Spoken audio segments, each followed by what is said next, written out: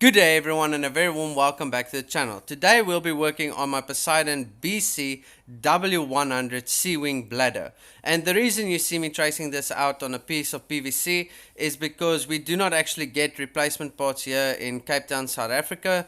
And even if we did, the parts are extremely expensive to replace. So whether I get it here or order it from Poseidon, it is extremely expensive to do so. So if you've replaced yours, you would know exactly the cost of this and you would know how expensive they are. Here you would see me just cutting out the rough form for this bladder, and then next what you'll see me doing is cutting out the valves that I will be transferring over to the new manufactured bladder. Now this is the point of no return, as you are destroying your original bladder to get these valves out as you cut them out.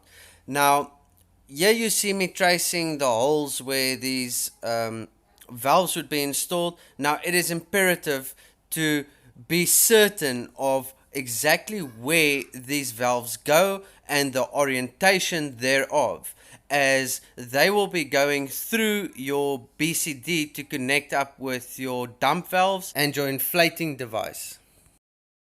So after cutting the holes, you'll need to clean the sections where you'll be applying the glue to. I'll be using acetone, and next you'll see me just putting on some contact adhesive, and I'll leave that for 5 to 10 minutes to dry on each surface, and then I'll be firmly pressing the two surfaces against one another, making sure I'm getting all the air bubbles out and getting a firm bond between the two surfaces. Once that is completed, we'll see everything is in place, and now I'll just cut bigger material sections that would go over the valve and then extend over back to the material. The reasons I cut these forms out is to basically secure the valve into place and to create an airtight seal between the valve and the materials. So all cut out and glued up. Now we'll be pressing these into place, and as you can see, it goes over the valve and then extends past the valve onto the material again. This will give me a secure bond and keeping the valve in place and also creating an airtight seal. This is the only section that I used the contact adhesive for. I did try it out on the sides, but it unfortunately did not work out as well. So like I just mentioned, this didn't work, but I'm just showing you anyway. What I did is I put contact adhesive on both surfaces, waited 5 to 10 minutes for it to dry, and then glued them up.